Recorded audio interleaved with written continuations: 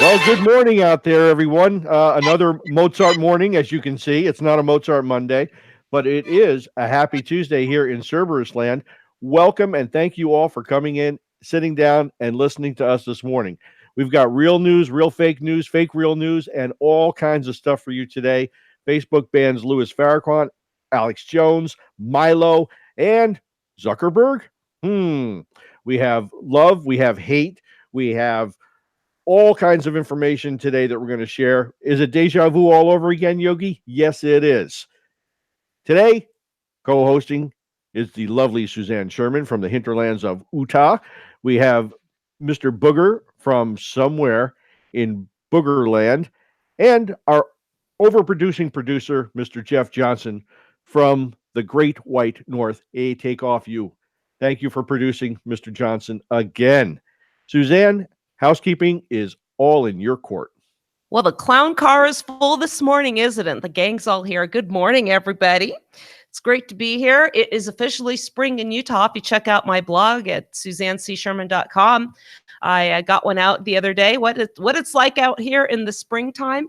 If you go there, you can get to our shows very easily. There's a social media bar. You can find our SoundCloud page, our YouTube page. SoundCloud, if you can't catch us live, all of our shows are there. And if you are listening via YouTube live, we have a chat. Jeff monitors it, and he will share your input with the rest of the crew. You can still send me messages on Facebook, and I can respond to them during the show on the air. I just cannot write back because, once again, I am coming at you live from behind the Iron Curtain of the Facebook Correctional Facility. Yes, that's it. They got another post, I think some sort of a comment that is about 9 years old. This one I can't even attribute to me, but I'm not going to have a pity party here on the air. My Suzanne Sherman's The Wasatch Report is still live on Facebook, and Jeff is an admin there. Cerberus Radio Network has a page as well, facebook.com/Cerberus Radio Network. CRN is our fan page. I believe still Jeff still keeps the Twitter page for Cerberus Radio Network alive and well. I left. They wanted my phone number before I could log back in again, and I said, adios, baby. You guys still doing Twitter? We are still on Twitter, yes. I can't remember what the hashtag is or what the @ is right at the moment. I could let you know in a bit, but I don't remember it right off the top of my head. I hang out on Twitter still because I promote mostly cyber conferences and places that I'm going to, and there's a huge geek group on Twitter. So that's like the perfect place for me to do that stuff. Oh yeah, how could you possibly? Hey, I've got some good news. Our friends Justin and Michael wrote a fantastic article on the education system, particularly the public education system. And it has been published not only by our good friends at the 10th Amendment Center, but also by FEE, the Foundation for Economic Education.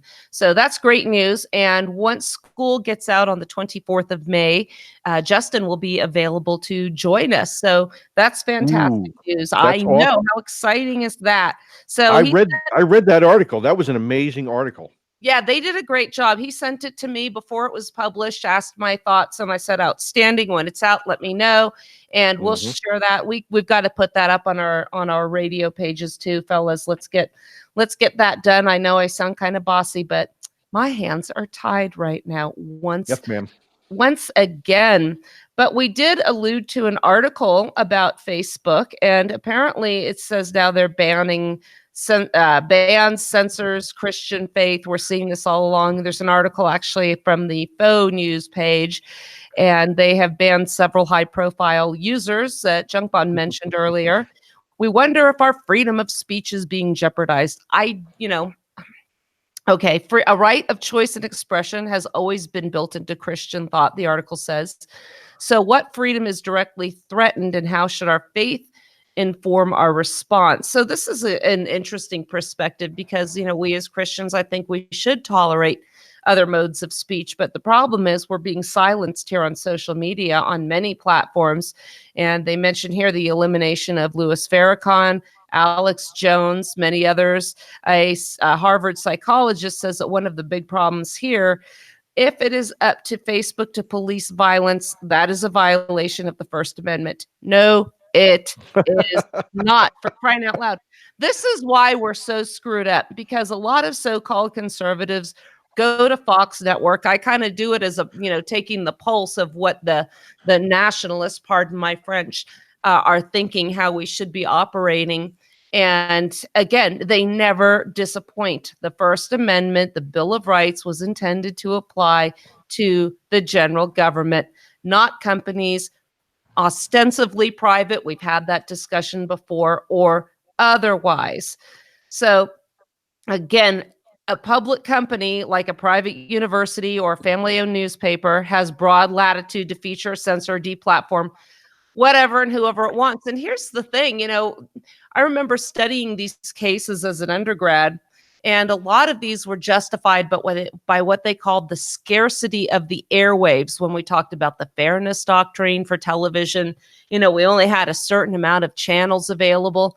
I submit to you that's not an issue when it comes to the internet. It is expansive and limitless.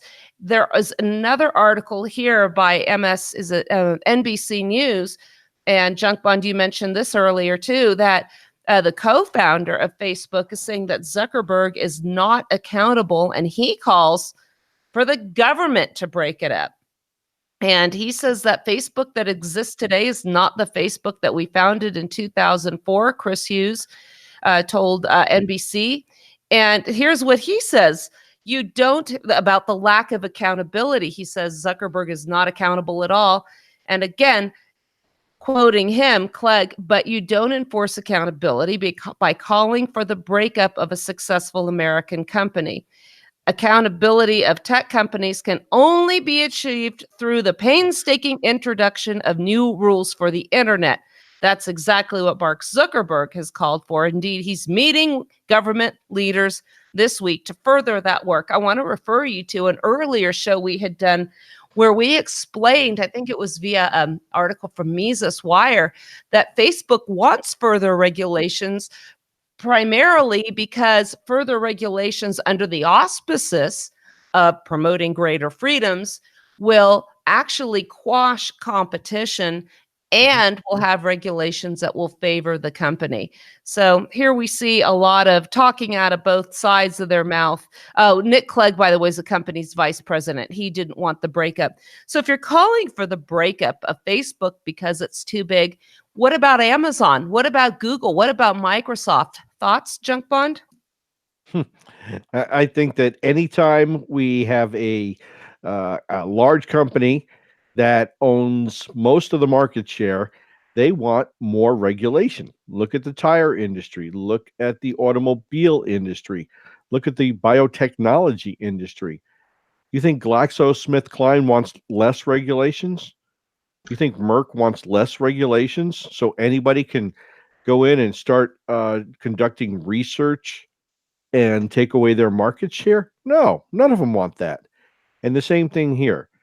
These guys have a lock. Remember, we talked about this on the show before. Facebook was started in February 2004. In January 2004, a DARPA program, a U.S. government secret program, ended. And it was called LifeLog. And it did everything that Facebook is doing now. What are the chances? What are the odds that something like that is just a coincidence? I submit to you that it is a very slim possibility that it's a coincidence that this happened like this. More regulation is going to be the way of the future. Go ahead, Booger. Sorry.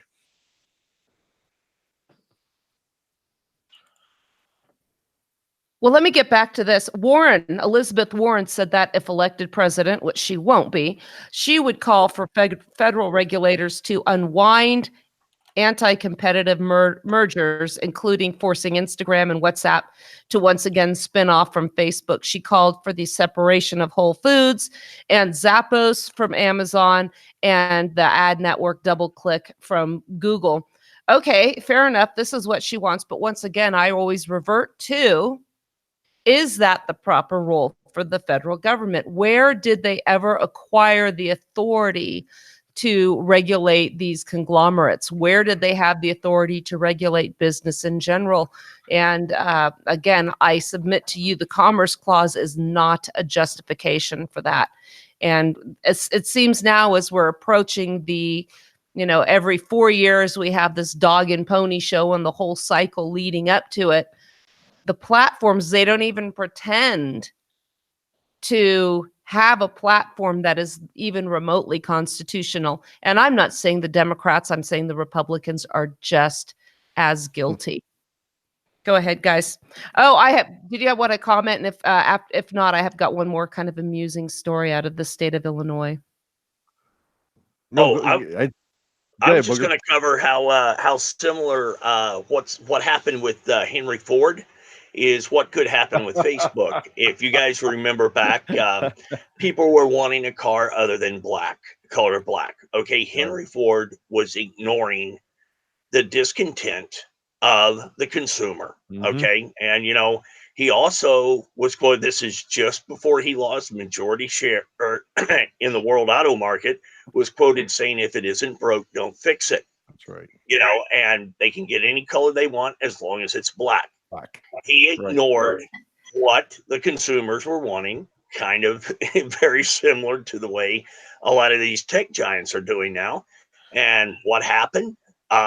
They lost majority share, and all kinds of competition sprouted up and bypassed them. Okay, so as long as we keep the free market and operating, which you guys know just like I do, one of the main goals of Facebook and these people is going to be somehow to twist facts in a manner to where opening these other companies are going to be bad, because now this is a prediction I see. These mean, evil, hateful people that were just rightfully kicked off Facebook now are going to these other offshoot radical organizations that are labeled however they want to label them and spewing their hate there. And I always bring up hate speech. Getting rid of hate speech will not get rid of hate. Okay, all it will do is ensure the government has a monopoly on the hate speech, because they're going to deem which hate speech can be spoken. That's all it's going to do. And speech and articles that espouse Christian values that aren't necessarily derogatory towards one other group are considered hate speech. We're seeing this all the time. So it's going to be interesting. I've been told that Facebook is going to be going away, but Junk Bond, referring back to I think it was Life Log that you mentioned, how that went away as soon as LifeLog. Facebook started. I remember hearing something about how when Obama had the ledgers of who was going to be visiting the White House in the most transparent age administration of all time, interestingly, they noted how many times that Zuckerberg had visited, and it was more frequent than, I believe, General Petraeus, who was, I guess, in charge of stuff going on in the Middle East. So clearly there's something going on. If you're one of those people that are saying Facebook's a private company, they can do whatever they want, I submit to you they're not. But again, I don't understand why it would be so hard just to allow people to scroll past what they don't like. Everybody's got to be a big crybaby and report stuff they don't like. And we also see people doing similar stuff like, oh, I'm going to boycott Netflix because they paid the Obamas. You know what? Don't watch the stuff that you don't like. I thought maybe I will boycott Netflix. There's some great stuff on there I really like to see. Guess what? Nobody's requiring me to watch the stuff I don't want to watch. Anyway, I digressed a little bit. I have something kind of amusing I saw out of Illinois. I thought I would share that with you guys. People think that if they buy an electric car, maybe they're paying a little bit more money up front and they'll save some money on gas. Once again, if you avoid paying some sort of a tax or think that maybe you're getting ahead in one way or another, government will catch up with you. Illinois residents could be charged $1,000 a year to own an electric vehicle under new legislation. I know, I giggle too. Electric car owners could take a large hit to their bank accounts after lawmakers proposed an extreme hike in registration fees for electronic vehicles in the state. Now, clearly, you have to ask yourself, are electric vehicles costing? Are they taking more of the government's resources to manage them? I mean, is the government required to have charging stations for these vehicles? The proposal would raise the registration fee to $1,000, more than 57 times the current amount of $17.50. The officials believe the legislation will raise $2.4 billion for future projects, one of which being, you can guess, it's either roads or schools, right? Always roadway improvement. Now, Comrade Trump just pledged with the Democrats, I believe, $2 trillion to build up the nation's infrastructure. So you kind of wonder, well, why do they need that if the feds are going to send all these glorious funds their way? But I digress. The bill was introduced last week by Chicago State Senator Martin Sandoval, a Democrat, not surprisingly, although, like I said, the Republicans are just as bad in this regard, says the fee hike is imperative to help the necessary infrastructure improvement.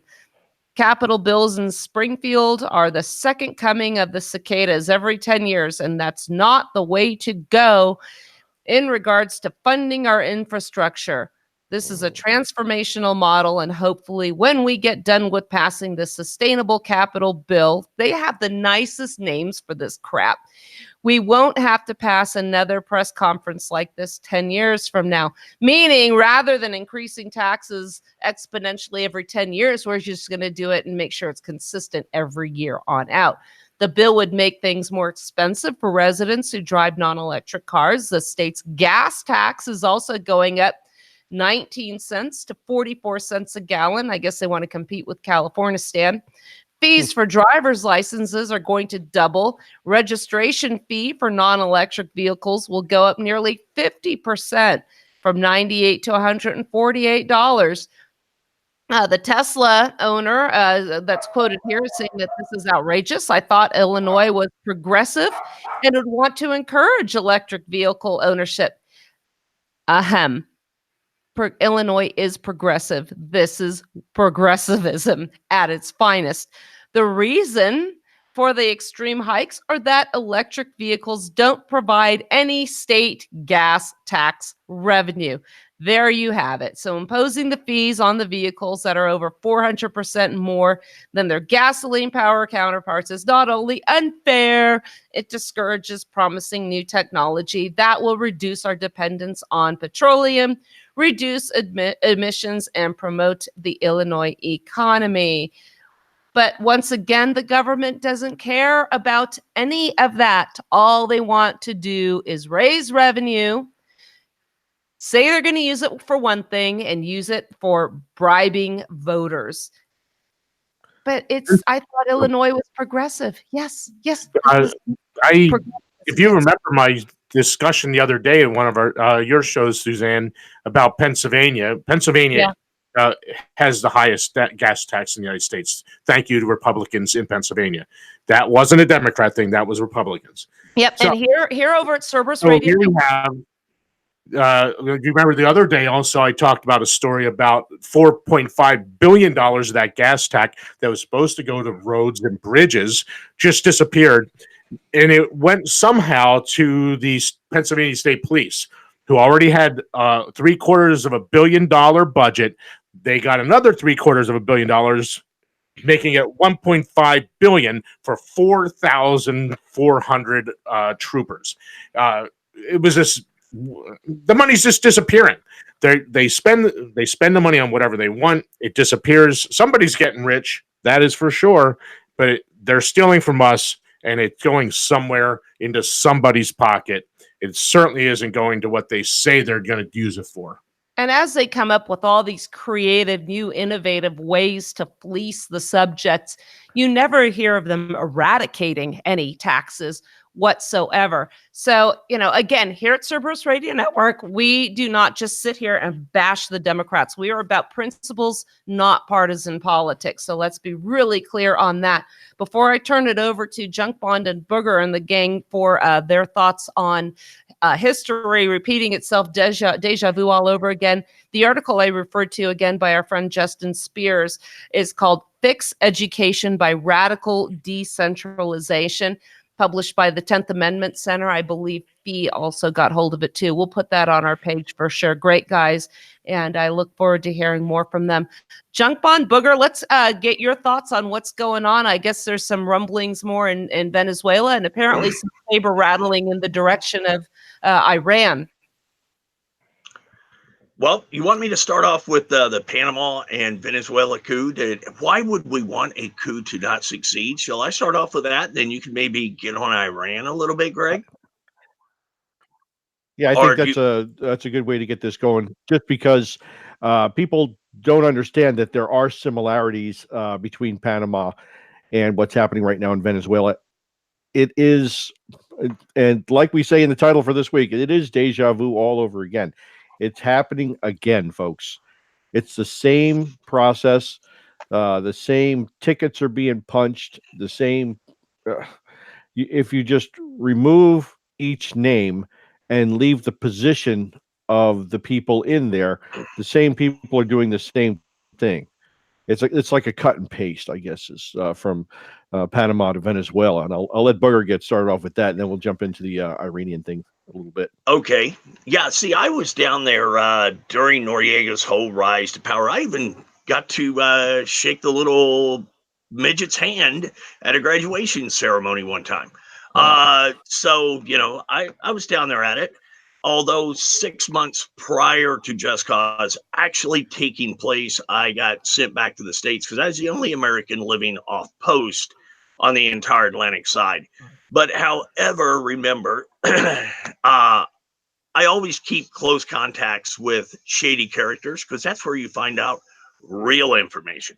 And these shady characters were in the Panamanian police, their intelligence network, all this stuff. If you're trying to track down who stole what, you don't go to the local Mormon church or something like that to do it. So what basically this is in a nutshell that I gathered from multiple sources down there. I imagine most people will not remember Noriega's failed coup attempt or the failed coup attempt against Noriega. Against him. Yeah. And the thing failed miserably. Noriega knew the coup was coming. I mean, when the guy showed up, Noriega's people were ready for him. I was told actually by one U.S. guy and multiple Panamanian guys that that coup was designed to fail. And what it was, these people that wanted to throw the coup against Noriega trusted the U.S. alphabet agencies. Okay. They go to the U.S. Embassy and they're like, hey, we're going to overthrow this guy. You want out? Oh, great. Get us the names of all the guys so we can properly analyze, help you structure your organization, fund you properly, et cetera, et cetera.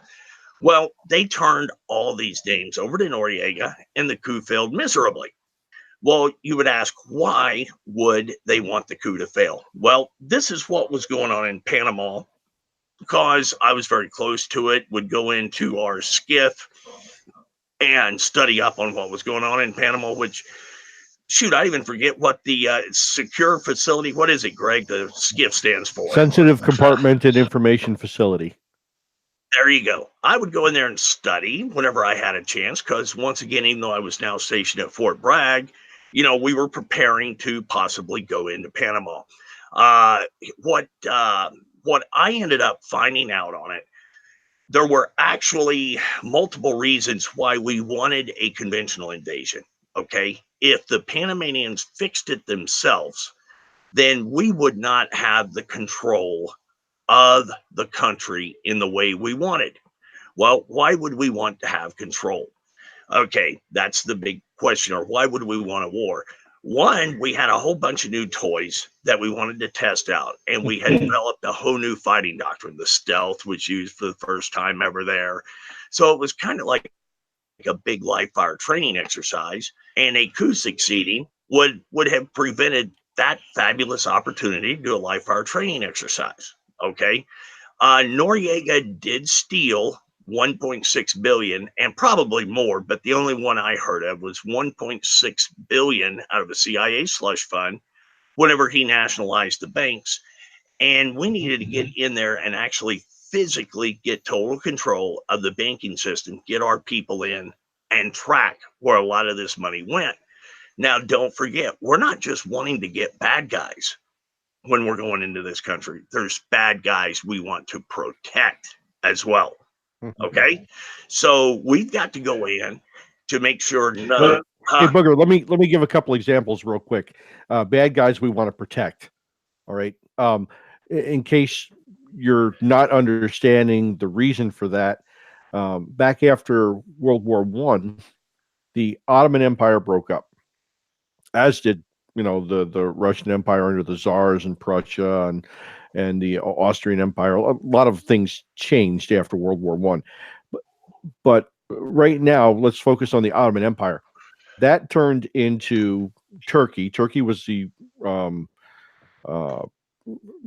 what was left over the Ottoman Empire. Okay, let's put it like that. They were what's left over, and the base of power went there. The other parts of the Middle East were broken up into protectorates. French and British had divided up the whole area amongst themselves. And why did they do that? Because they took and they put lines between the natural clans, the natural groups of people that were together, and they put other groups that were against each other together.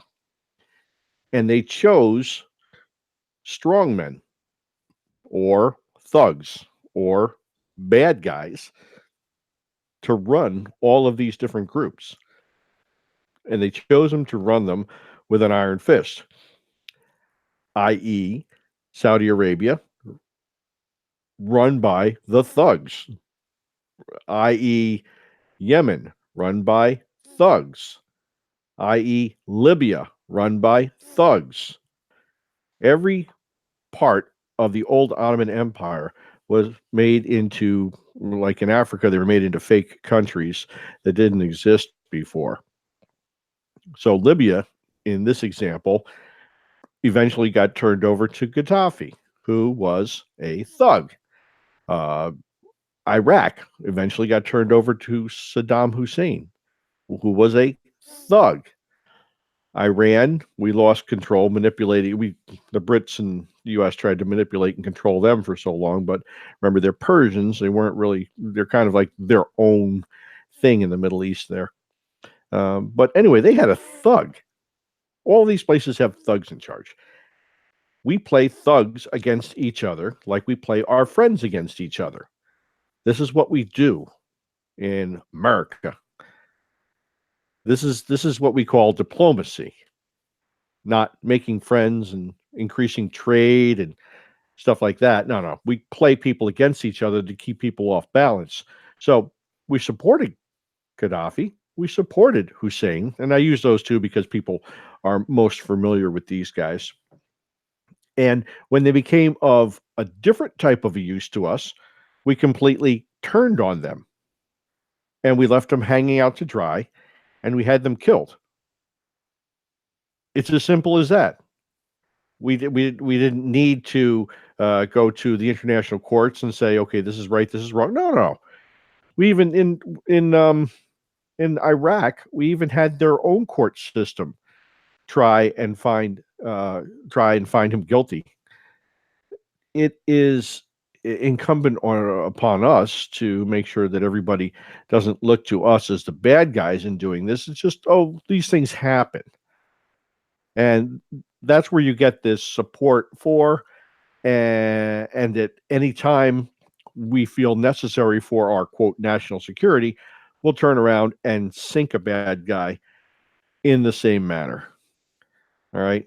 Okay. I just wanted to clarify that for folks. Booger, no, perfect. Most people don't know that that we both support and we dump them whenever we feel like it's, it's like having it's like having a crazy girlfriend, right? You're friends for a while as long as you can tolerate, and as long as other things don't get upset in the wheelhouse. But as soon as something else gets upset, well, you got to fix the problem. So you go and you'll dump her, and you'll look for another girlfriend or boyfriend or whatever it's going to be. It's all about how we take and run our diplomacy, and our diplomacy is done like thuggery. We have these uh, extortion payments that people pay us, and we pay them back with bribery money all around the world. It did.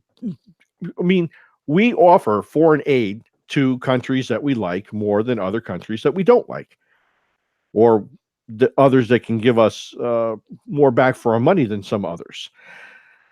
Well, why doesn't Norway do that? I don't know. I don't know. Why doesn't Kenya do that? Why doesn't Uruguay do that? Why isn't, I mean, realistically, why does Papua New Guinea not give foreign aid to other countries? Why doesn't New Zealand do that? There's a reason, folks. We're paying people off all around the world. But I digress. Booger, please go back to the dictator thug discussion.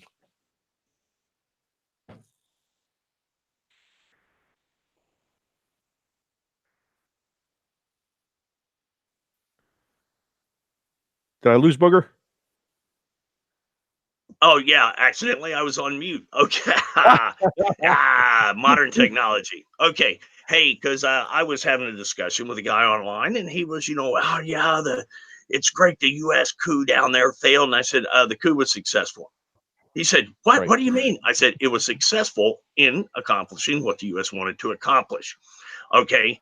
Now we have even more reason to throw. You've got the reasons to invade, the pesky reasons not to invade. Well, now the Venezuelans can't do it themselves. Okay, is up on the reason to invade. One more little line up there, and it serves multiple purposes. Okay, not only does it justify our invasion in the future, but also it terrifies anyone else thinking about doing a coup. So there is much less chance now that someone else is going to do a coup. And going back to Panama, and God, you're going to go, Booger, how are you friends with this guy? But hey, it's my life. Okay. A guy, Colonel Herrera, and you can look him up. He was imprisoned when our puppet Indara, the guy we installed after we took Noriega out, he was jailed for a coup attempt. Okay. I know the guy. I go over to his house, talk to him.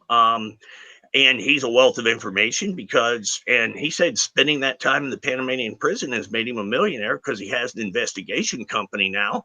And he has all these criminal contacts that he would have never gotten had they not threw him in jail. Now he's a millionaire. Okay. Helpers. Because We're helpers. If you need something found, you go talk to Colonel Herrera because he has all the underworld contacts because he lived with them for a while. But he told me straight up, he said, Booger, look, I'm straight honest with you. I would be honest with you.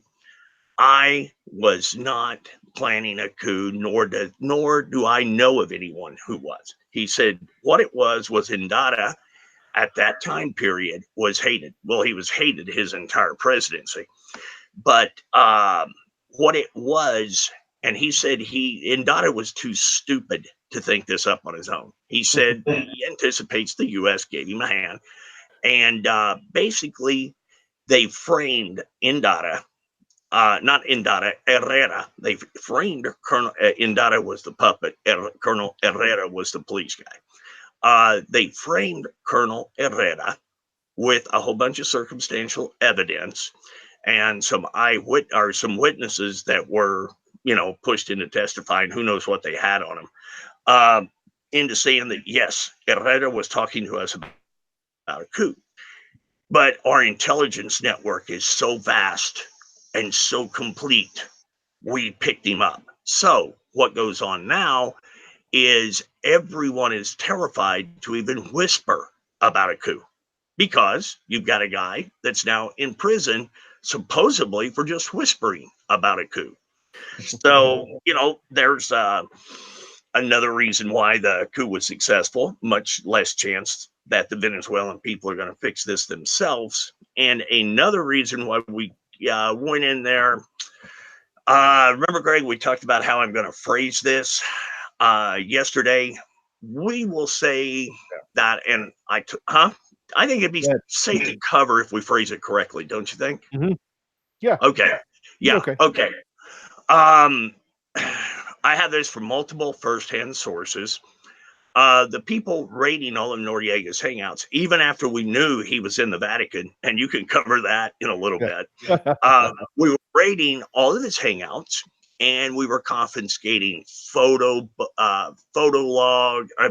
photographic books, VHS tapes, Betamax tapes, anything that could be a picture, could be a videotape, could be an audio tape. They were all confiscated in the name of looking for where Noriega was hanging out when they knew where he was hanging out. They knew him.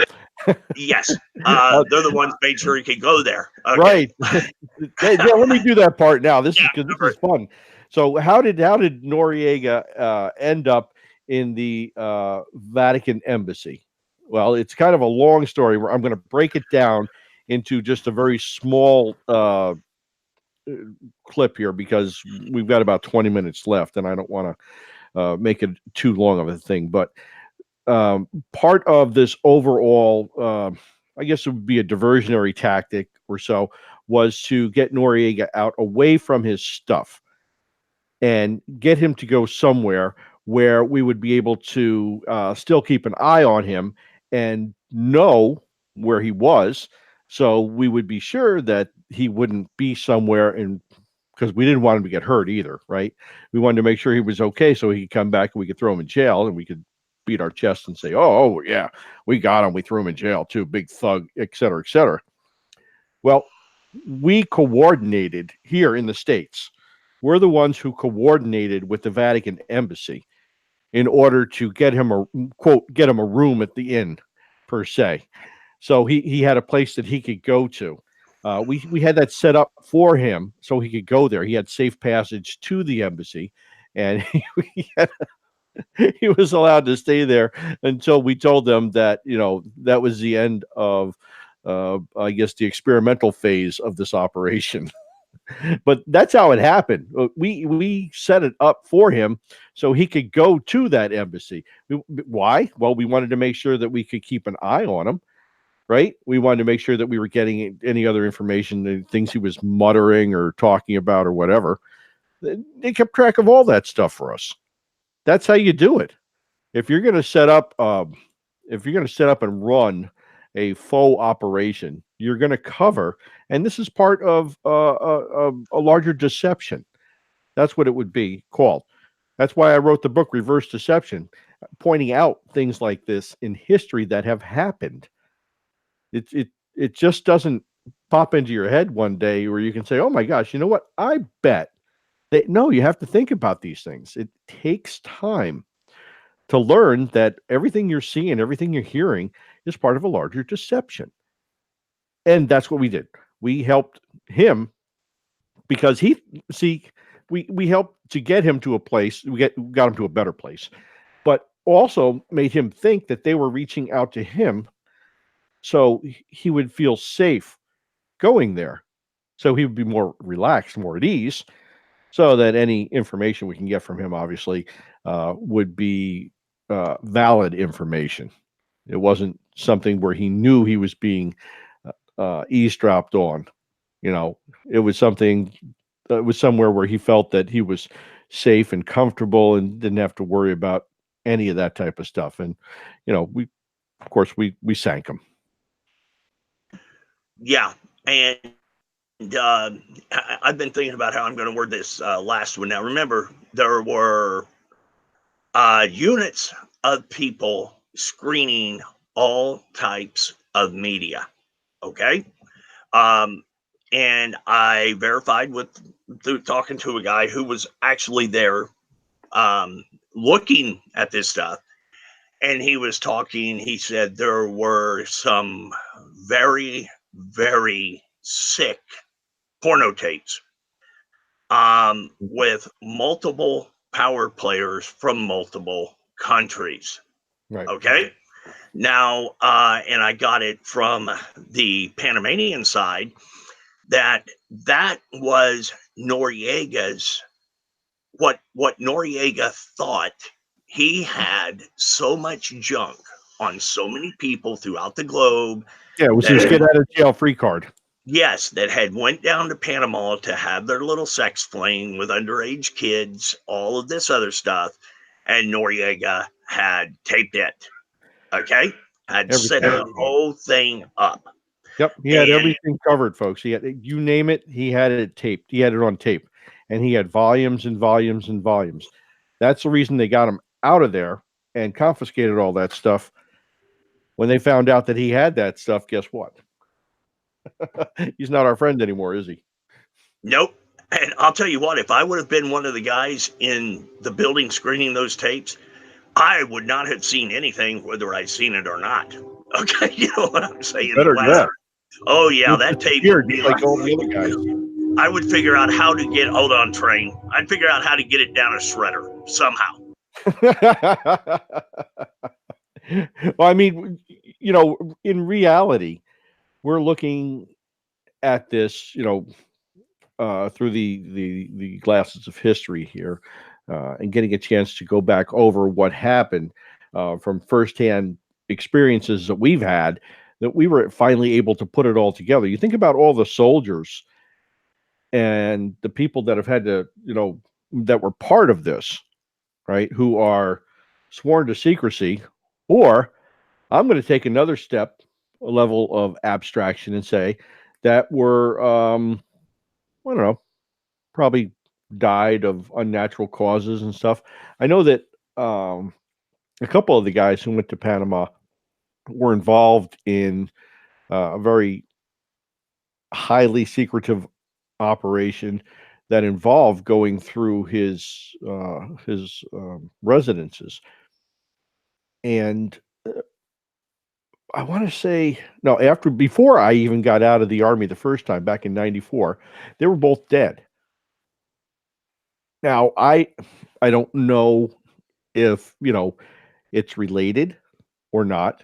I just found it very strange that these two young, strong young guys, both, you know, they were in military intelligence unit, and both of them ended up dead within 2 years of going down there and doing that mission. Coincidences sometimes are just coincidences, but when they're directed at the same point of inquiry, there is always something else there. And it took us a long time to put this together, to figure these things out. But you know, we're happy to share to an extent of what we can, that what we know is safe to share. Yeah, what we know is safe to share with folks. And you know, you think about these different world leaders that show up down here. This goes back. You remember, not that long ago, we were talking about this huge pedophile ring in the federal government that was going on, that we couldn't figure out who, where, whatever. And then it involved the Clintons. They were talking about Bill taking trips and stuff like that. I mean, there are people that you would know their names off the top of your head if we started to get into some of the specifics from this stuff. This is scary stuff.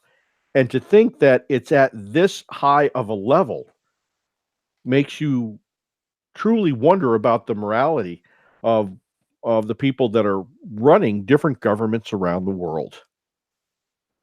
Yes, and see, I know one of the Panamanians that was involved in cataloging and safeguarding these videos, and he watched them. Okay, and the names were incredible, Very high level, very high. yes. Okay, so like I say on this, you let's know, let's just put it like this, Booger. National leadership that people would be aware of, and not just in the current leadership realms, right? and when I say current, I mean at that time. It wasn't just the people that were currently in leadership positions at different countries around the world. It was people who were past leaders too, Yes. and very, very high officials in other parts of governments. Like I said, you'd know the names if you heard them. Yes. And we're not gonna. no, share I that would part. not go there. Plutonium suppositories, I don't find them attractive. I am not a big fan. No, I'm sure Noriega got threatened with that in prison too. Hey, I bet he did. straight from Chernobyl, we've got these suppositories, Mr. Noriega. So, They'll help you become regular. yes, now you either need to keep your mouth shut, or we'll start modifying your medications. So I have no doubt that took place. And what is utterly remarkable on it is like down in Panama currently at the moment, and this is a little bit offshoot, but we are picking up. Oh, we got a new president down there. Looks like he's going to be a good guy. We are picking up North African Muslim people by the hundreds a month, and they are being moved further north when they're picked up, crossing the border down there. Okay.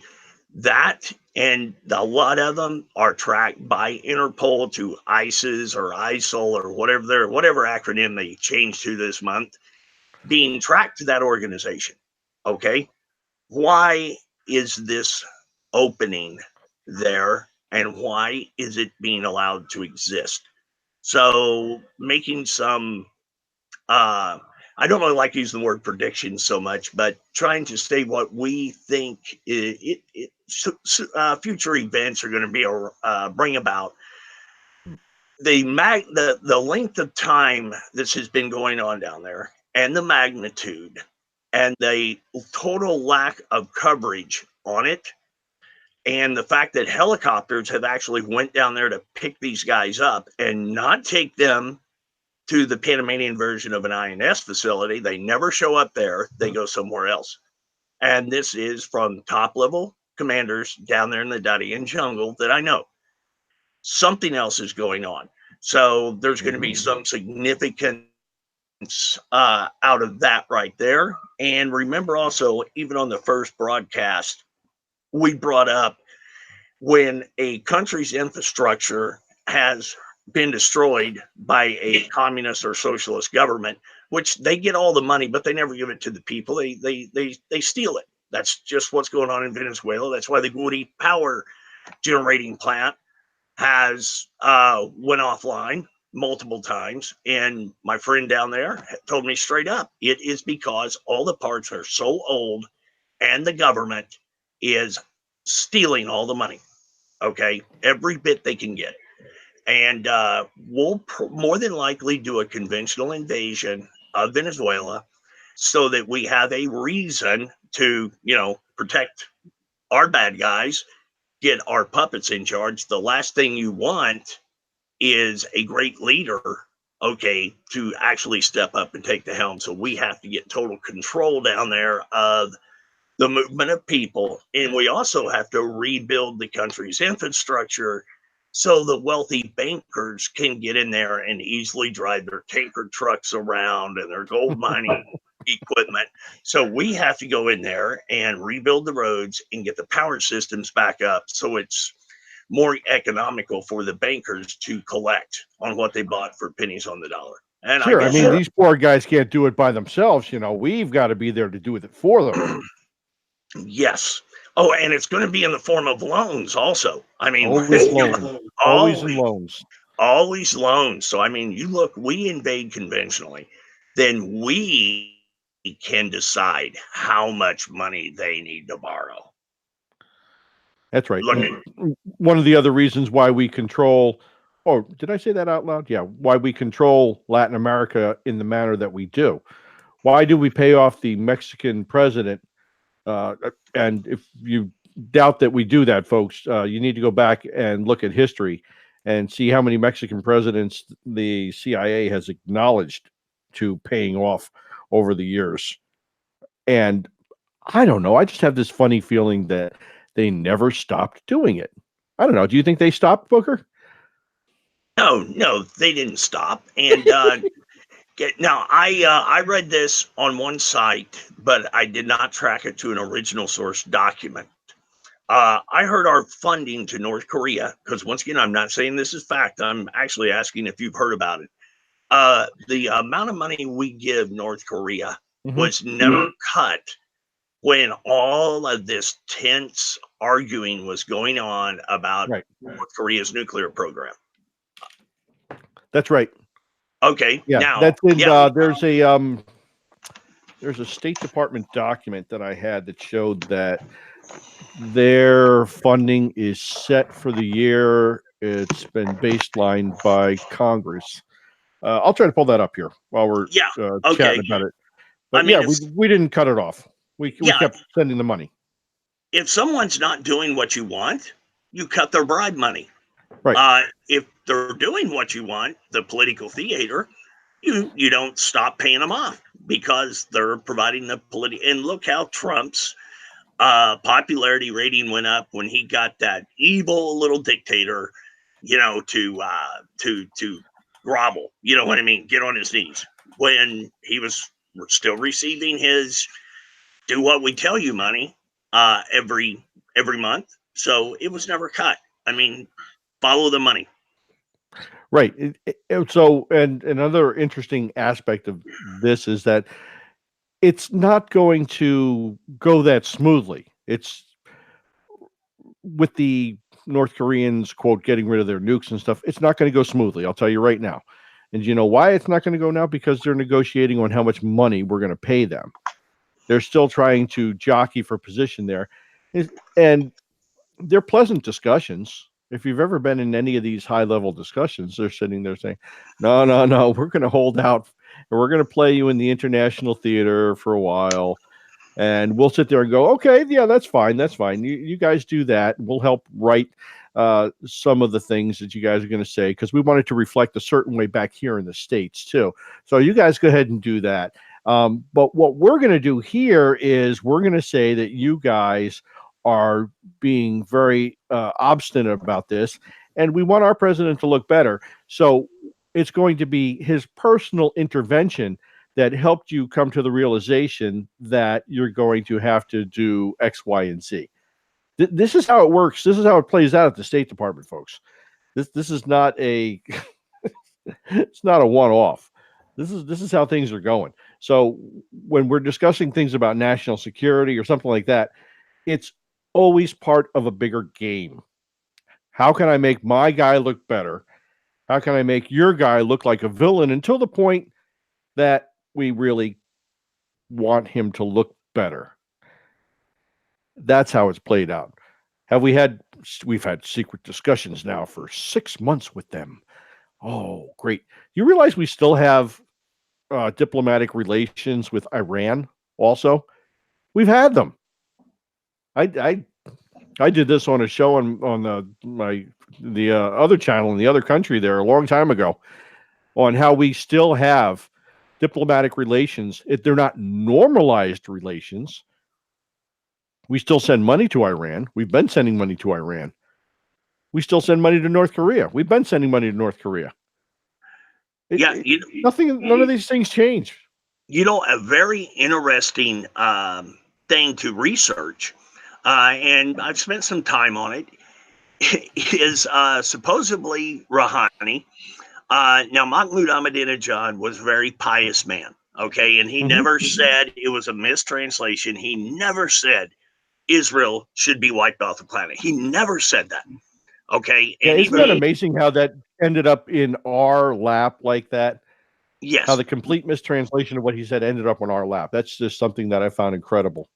Ron Paul even brought that up on an interview. And of course, they threw the curveball at him of, well, are you a Holocaust denier?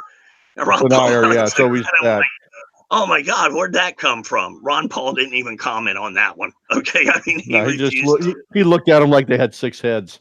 Yeah. And here's what's going on. Rouhani is as corrupt as they come.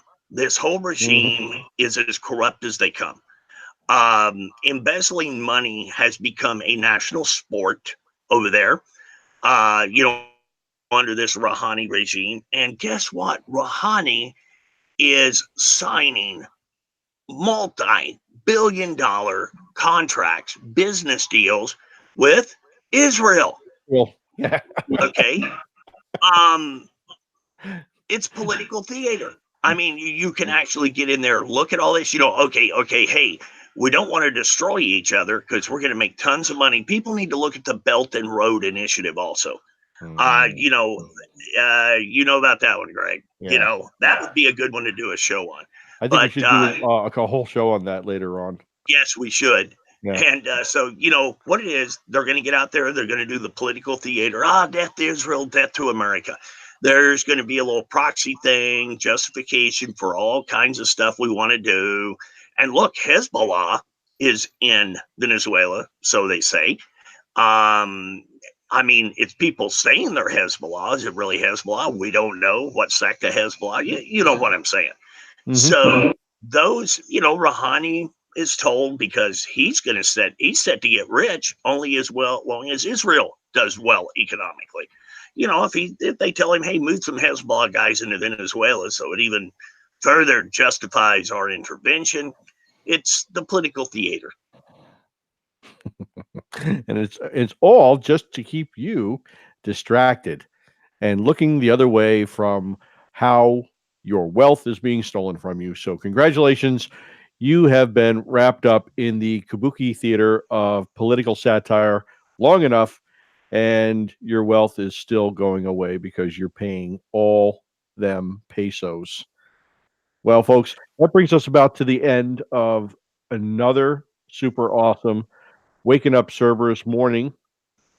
We'd like to thank everyone for their assistance and help. And I'll go around the horn here real quick. I'll give everybody a 30-second or so to pop in. Let's go with ladies first. Suzanne, anything to add for today?